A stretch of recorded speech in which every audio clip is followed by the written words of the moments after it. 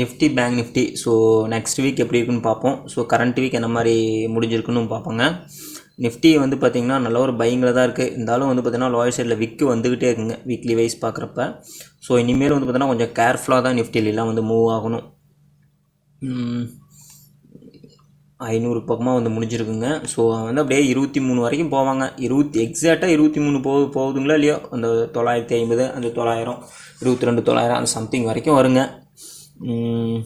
Monday வந்து பார்த்திங்கன்னாங்க maybe gap up ஆகும்னு நினைக்கிறேன். ஒரு 550 to 600 கேப் அப் ஆச்சுன்னா ஸோ திரும்ப இந்த லெவல் வந்து பார்த்திங்கன்னா டெஸ்ட் பண்ணுறதுக்காக வருவாங்க. வந்துட்டு மறுபடியும் இங்கேருந்து ஒரு நல்ல ஒரு பையிங் கிரியேட் ஆச்சுன்னா ஸோ அந்த இடத்துல நம்ம ஒரு லிமிட்டடாகவே என்ட்ரி ஆகிக்கலாங்க. என்ட்ரி ஆனோம்னா வந்து பார்த்திங்கன்னா நல்ல ஒரு பையிங்க்கு கொண்டு போகும். நிஃப்டியை பொறுத்த வரைக்கும் இவ்வளோதாங்க. நிஃப்டி வந்து நம்மளோட டார்கெட் 23,000ங்க. பேங்க் நிஃப்டி வந்து பார்த்திங்கன்னா பேங்க் நிஃப்டி அதே தாங்க. இந்த ஒரு 300ங்கிற லெவல் வந்து பார்த்தோன்னா ஒரு ரெசிஸ்டன்ஸாக ஆக்ட் ஆகுங்க. ஸோ அது பக்கமாக வந்து தான் பார்த்தோன்னா 170 ரெசிஸ்டன்ஸ் எடுத்திருக்கு. ஸோ மண்டே வந்து பார்த்திங்கன்னா மேபி எப்படியும் ஒரு 200 to 300 அது வந்து ஒரு 100 பாயிண்ட் கிட்டத்தட்ட கேப் அப் ஆனால் இது ஒரு 300 பாயிண்ட் கேப் அப் ஆகுங்க. ஸோ இப்போ 800 முடிஞ்சிருக்குங்களா, 800 முடிஞ்சால் 48 100 இந்த சம்திங் இந்த லெவலில் இது மார்க்கெட் ஓப்பன் ஆகும். இந்த லெவலில் ஓப்பன் ஆகுங்க, இல்லாட்டி இந்த லெவலில் ஓப்பன் ஆகும். அப்படி ஓப்பன் ஆச்சுன்னா ஃபஸ்ட்டு ஒரு நல்ல ஒரு செல்லிங் வந்துட்டு திரும்ப மறுபடியும் மார்க்கெட் திரும்பிச்சுன்னா நல்ல ஒரு பையிங் கிரியேட் ஆகும். ஸோ அந்த பையிங் வந்து பார்த்தோன்னா திரும்ப அந்த ஆல் டைம் ஹைக்கு போகும்னு நினைக்கிறேங்க. மார்க்கெட் வந்து பார்த்திங்கன்னா இந்த லெவல் கொண்டு போவான்னு நினைக்கிறேங்க. 48,650 வீக்லி வைஸ் பார்த்தாலும் பேங்க் நிஃப்டி நல்ல ஒரு பையிங்கில் தான் இருக்குது. இருந்தாலும் கொஞ்சம் லைட்டாக செல்லிங் ட்ரிக்கர் ஆகிருக்கு. இருந்தாலும் இதெல்லாம் ஒன்றும் அந்தளவுக்கு இதாகாது. ஸோ பேங்க் நிஃப்டி நம்மளோட லெவல் வந்து பார்த்திங்கன்னா 50,000ங்க. பேங்க் நிஃப்டியை பொறுத்த வரைக்கும் மண்டே இப்படி தாங்க ஃபோக்கஸ் பண்ணணும். ஸோ ஃபஸ்ட்டு கொஞ்சம் அந்த ப்ரீவியஸ் லெவலில் டெஸ்ட் பண்ணிவிட்டு மறுபடியும் திரும்புகிறப்ப நம்ம என்ட்ரி ஆகிக்கலாங்க. எதுவுமே லிமிட்டடாக போங்க. ஏன்னா மார்க்கெட் எல்லாமே கொஞ்சம் டாப்புக்கு போயிடுச்சு. ஏன்னா எலெக்ஷன் வேறு அந்த டேட் வேறு எல்லாம் அனௌன்ஸ்மெண்ட் பண்ணுவானுங்க. ஸோ அதை பார்ப்போங்க. மேஜரான செக்டர் வந்து பார்த்தீங்கன்னா ரிலையன்ஸ் வந்து பார்த்திங்கன்னா திரும்ப இந்த லெவலில் டெஸ்ட் பண்ணுறதுக்கு ஏதோ ட்ரை பண்ணுற மாதிரி தெரியுதுங்க. இந்த லெவல் ப்ரீவியஸாக பிரேக் பண்ணி போனோம்லங்க. ஸோ இந்த லெவல் வந்து டெஸ்ட் பண்ணுறதுக்கு வர்ற மாதிரி தெரியுது. ஆனால் அப்படி கண்டினியூவாக ஃபாலோ ஆக மாட்டாங்க. ஏதாச்சும் அப்படியே லைட்டாக வருவோம். இந்த எலெக்ஷன் டைமில் மறுபடியும் ஏதாச்சும் இது டெஸ்ட் பண்ண வந்தாலும் வரலாம், எலெக்ஷன் முடிஞ்சு. ஸோ இப்போதைக்கு சப்போர்ட்டில் தான் இருக்குது. பார்ப்போங்க மண்டே இந்த மாதிரி வருதுன்னு. ஹெச்டிஎஃப்சி நம்ம பேசியிருந்த மாதிரி தாங்க. ஸோ இந்த லெவல் வந்து பிரேக் அவுட் ஆகுங்க. ஸோ ஹெச்டிஎஃப்சி வந்து பேங்க் நிஃப்டியை வந்து ட்ராக் பண்ணி இழுக்கும். ஸோ ஆல்ரெடி இந்த லெவல் வந்து பிரேக் அவுட் ஆகிருக்கு. ஸோ நம்மளோட என்ட்ரிங்க 380 நம்மளோட என்ட்ரி நல்ல ஒரு என்ட்ரி. ஸோ ஹோல்டு பண்ணுங்கள். ஒரு 6 மந்த்து கிட்டத்தட்ட ஹோல்டு பண்ணுங்கள். அதுக்கப்புறம் பார்த்துக்கலாம். திரும்ப ஆல் டைம் ஹை வந்து உடச்சிச்சின்னா முடியாது, இன்னும் கூட ஹோல்டு பண்ணிக்கலாம். நல்ல ஒரு என்ட்ரி பார்த்துக்கோங்க. லோவில் வச்சு வாங்கியிருக்கிறோம். எக்காரணத்தை கொண்டு வித்துறாதீங்க, பேனிக்கில் வித்துறாதீங்க. குளோபல் மார்க்கெட் வந்து பார்த்திங்கன்னா நாஸ்டாக் அப்படியே இந்த ரேஞ்சுக்குள்ளே தாங்க. நாஸ்டாக்கும் வந்து பார்த்திங்கன்னா நாஸ்டாக் இந்த நியூஸஸ் வந்து இருக்குங்க, 2-3 நியூஸ் இருக்குது. ஸோ இதுதான் வந்து பார்த்திங்கன்னா மார்க்கெட் இதுக்காக தான் வெயிட் பண்ணிகிட்டு இருக்கு. ஸோ இந்த லெவலுங்க, இந்த ஒரு 300ங்கிற லெவலில் வந்து பார்த்தீங்கன்னா நல்ல ஒரு ரெசிஸ்டன்ஸாக ஆக்ட் ஆகுதுங்க மார்க்கெட்டில். இந்த லெவலில் வந்து நல்ல ஒரு ரெசிஸ்டன்ஸாக ஆக்ட் ஆகுது. ஸோ இதை பிரேக் பண்ணால் திரும்ப வந்து பார்த்திங்கன்னா அந்த ஒரு 20,000 நோக்கி மூவ் ஆயிருங்க. ஏன்னா அதுக்கு ஒரு 20,000 சைக்கலாஜிக்கல் லெவலாக இருக்கும். ஸோ அதை நோக்கி மூவ் ஆக ஆரம்பிக்கும். ஆனால் இப்போதைக்கு சப்போர்ட் ஜோனில் தாங்க இருக்குது. இந்த நியூஸ்னால் ஏதாச்சும் இதாச்சுன்னா திரும்ப அந்த ப்ரீவியஸ் ஹையை வந்து டெஸ்ட் பண்ணுறதுக்காக வரலாம். இந்த லெவலுங்க, இந்த லெவல் டெஸ்ட் பண்ணுறதுக்காக வரலாம்.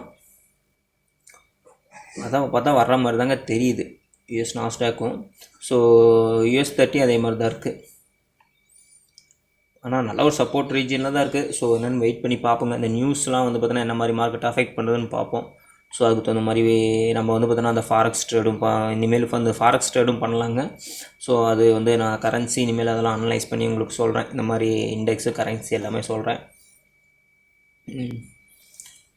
அப்போ நம்ம சப்ஸ்கிரைபர் ஒருத்தர் வந்து பார்த்திங்கன்னா இந்த KMCHன்னு சொல்லிட்டு ஒரு அந்த ஹாஸ்பிட்டல் ஸ்டாக் வந்து கேட்டிருந்தார். BSE stock.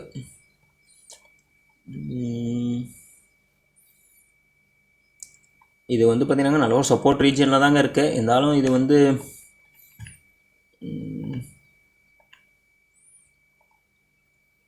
சப்போர்ட் ரீஜனில் தாங்க இருக்குது. ஸோ இருந்தாலும் இது வந்து பார்த்திங்கன்னா திரும்ப ஆல் டைம் ஹை வந்து அவ்வளோ குயிக்கில் போகுமான்னு தெரில.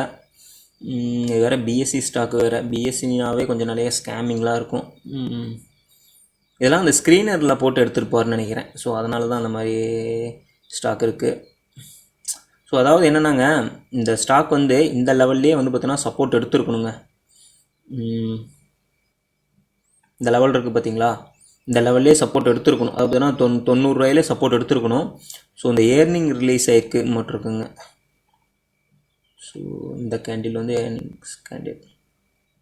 ஸோ இதில் ஏதோ ஒரு நெகட்டிவில் இருந்திருக்குங்க. ஸோ அதனால தான் வந்து பார்த்திங்கன்னா அந்த earnings year and year earnings வந்து என்ன செக் பண்ணி பாருங்கள். இது மேபி அந்த கோயம்புத்தூர் இருக்கிற ஹாஸ்பிட்டல் தான் நினைக்கிறேங்க. அது கேஎம்சிஹெச்னு வரும், இது கேஎம்சின்னு வருது. இங்கே இருக்கிற கேஎம்சிஹெச் அதே மாதிரி தாங்க. ரொம்ப உள்ளுக்குள்ளெல்லாம் இப்போ வந்து அதெல்லாம் கொஞ்சம் நிறையா சீனியர் டாக்டர்லாம் வெளியில் போயிட்டாங்கன்னு நினைக்கிறேன். அது எல்லாமே வந்து பார்த்திங்கன்னா ஒரு 15 வருஷத்துக்கு முன்னாடிங்க இங்கே இருக்கிற அந்த கேஎம்சிஹெச் ஹாஸ்பிட்டல் வந்து உள்ள நெவுந்து போகிறக்க முடியாத அளவுக்கு கூட்டம் அதிகமாக இருக்குங்க. நிறைய இடத்துல கேஷ் கவுண்டர் இருக்கும். இப்போலாம் எல்லாமே குறைஞ்சிருச்சுங்க. இப்போ அதில் இருக்க சீனியர் டாக்டர்லாம் அந்த பக்கம் போய் ராயல் கேருங்கிற ஹாஸ்பிட்டல் வந்து பார்த்தீங்கன்னா ஓப்பன் பண்ணிட்டாங்களா இருக்குது. இப்போ நிறைய பேர் மாறிட்டாங்களாட்டுங்க. அந்த ராயல் கேர் ஓப்பன் பண்ணி கொஞ்ச நாள் ஒரு மேபி ஒரு 5 இயர்ஸ் இருக்குன்னு நினைக்கிறேங்க. இருந்தாலும் இதில் இருந்த சீனியர் டாக்டர்லாம் நிறைய பேர் வந்து வெளியில் போயிட்டாங்க. ஸோ அதனால் இதுக்குள்ளே இன்சைட் என்ன நடக்குதுன்னு பாருங்கள். ஆனால் இது வந்து திரும்ப ஆல் டைம் ஹை பிரேக் பண்ணுவாங்கலாம் தெரிலங்க. ஏன்னா இங்கேயே சப்போர்ட் எடுத்துருக்கணும். எடுத்துகிட்டு திரும்ப இங்கே ஆல் டைம் ஹை பிரேக் பண்ணால் தான் இங்கேருந்து எடுத்து போகும். ஸோ இந்த ரீஜியனுக்குள்ளே சுற்றுன்னு நினைக்கிறேன். ஸோ ஆனால் நல்ல ஒரு சப்போர்ட் ரீஜன் தாங்க. இந்த லெவல் ஒரு 83 இந்த மாதிரி வந்தால் லிமிட்டடாக எடுங்க. ஏன்னா பிஎஸ்சினாவே கொஞ்சம் ஸ்கேமிங் அதிகமாக இருக்கும். என்றைக்குமே வந்து பார்த்தீங்கன்னா இந்த பென்னி ஸ்டாக்லாம் கொஞ்சம் ட்ரை பண்ணாதீங்க. இது வந்து என்னென்னா ஒரு சொல்லலாம் 100 ரூபாய்க்கு இருக்க ஸ்டாக் வந்து பார்த்திங்கன்னா ஒரு 1000 ரூபா போச்சுன்னா நல்லா ஒரு ரிட்டர்ன் கிடைக்கும்னு சொல்லலாம். ஆனால் எல்லா ஸ்டாக்கும் அந்த மாதிரி பெர்ஃபார்ம் பண்ணாது. ஸோ பாருங்கள், நான் சப்போர்ட் ரீஜனில் தாங்க இருக்குது. சேம் 200 EMAவும் அங்கே தான் வருது. 83 ரூபாய்க்கு தாங்க வருது. ஸோ இது ஒரு நல்ல ஒரு சப்போர்ட் ரீஜன் தான். லிமிட்டடாக என்ன ட்ரை பண்ணுங்கள் கீழேங்க மாதிரி திரும்ப இங்கே வர்றப்ப. ஆனால் திரும்ப ஆல் டைம் ஹை போய் பிரேக் பண்ணுமான்லாம் சொல்ல முடியாதுங்க. ஸோ ஏன்னா இதெல்லாம் இண்டிவிஜுவல் ஈக்விட்டி. ஸோ இதில் வந்து பார்த்தீங்கன்னா மேனிப்புலேஷன்ஸ் வந்து பார்த்தீங்கன்னா ஒரு இண்டிவிஜுவல் ஆப்ரேட்டர் தான் அதிகமாக இருப்பாங்க. அந்த இது இருக்குது பார்த்தீங்களா, ஹர்ஷன் மெத்ரா ஸ்கேம்னு சொல்லிட்டு, ஸ்கேம் 1992ங்களா, இந்த 6.5 மணி நேரம் அந்த ஒரு மூவி இருக்குமில்லங்க, அந்த மாதிரி இதெல்லாம் வந்து பார்த்தீங்கன்னா இண்டிவிஜுவல் வந்து பார்த்தீங்கன்னா இண்டிவிஜுவலாக வந்து பார்த்தீங்கன்னா இதெல்லாம் கண்ட்ரோல் பண்ணிகிட்டு இருப்பாங்க. மார்க்கெட் ஆப்ரேட்டர் வந்து ஒரு இண்டிவிஜுவல் ஆப்ரேட்டர் தான் வந்து பார்த்தீங்கன்னா கண்ட்ரோல் பண்ணிகிட்டு இருப்பாங்க. நிறையா இப்போ நீங்கள் நிஃப்டி இந்த மாதிரிலாம் வந்து பார்த்திங்கன்னா அதில் வந்து அப்படி ஒரு இண்டிவிஜுவல் வந்து ஆப்ரேட்டர் வந்து ஆப்ரேட் பண்ண முடியாதுங்க. ஆனால் ஈக்விட்டியில் இண்டிவிஜுவலாக தான் ஆப்ரேட் பண்ணிகிட்டு இருப்பாங்க. இப்போ இதுலாம் வந்து பார்த்தீங்கன்னாங்க ஒரு ட்ரெண்டை பேஸ் பண்ணால் ட்ரெண்டை பேஸ் பண்ணி போயிட்டுருக்கும். ஸோ அதனால் பார்த்தீங்கன்னா இந்த மாதிரி ஒரு நிஃப்டி 50 டாப் 5 கம்பெனி அந்த மாதிரி சூஸ் பண்ணுங்கள். இப்போ பிஎஸ்சி எடுக்கிறீங்களா, பிஎஸ்சியில் ஒரு டாப் 5 கம்பெனி அந்த மாதிரி எடுத்து இது பண்ணிங்கன்னா பிரச்சனை இருக்காது. ஐயோ, இதெல்லாம் அந்த ஸ்க்ரீனரில் போய்ட்டு நீங்கள் எடுத்துருப்பீங்கன்னு நினைக்கிறேன். ஸோ அது என்னென்னு பார்த்துக்கோங்க. அதனால் நல்லா சப்போர்ட் ரீஜனில் தாங்க இருக்குது. எனக்குமே வந்து பார்த்திங்கன்னா ஒரு டாப் 5 அந்த ஒன்று ஒரு டாப் 7 அந்த மாதிரி இது பண்ணுறது உங்கள் அமௌண்ட்டுக்கு சேஃப், அவ்வளோதான். இந்தியா விக்ஸ் பார்த்திங்கன்னா நல்ல ஒரு கூல் டவுன் ஆகிருக்குங்க. ஸோ 13.6 ரூபா வந்திருக்கு. பார்ப்போங்க, இந்த லெவல் வந்து ஒரு சப்போர்ட் எடுக்குன்னு நினைக்கிறேன். 12.5ங்களா, 12.5. ஸோ 12 ரூபா வரும்னு நினைக்கிறேங்க. இந்த லெவல் 12 ரூபாய்க்கிட்ட வருவான்னு நினைக்கிறேன். ஸோ இங்கே வர்றப்போ பார்த்தோன்னா எஃப்டி வந்து 23,000 கிட்டத்தட்ட வந்துடும் நினைக்கிறேன்.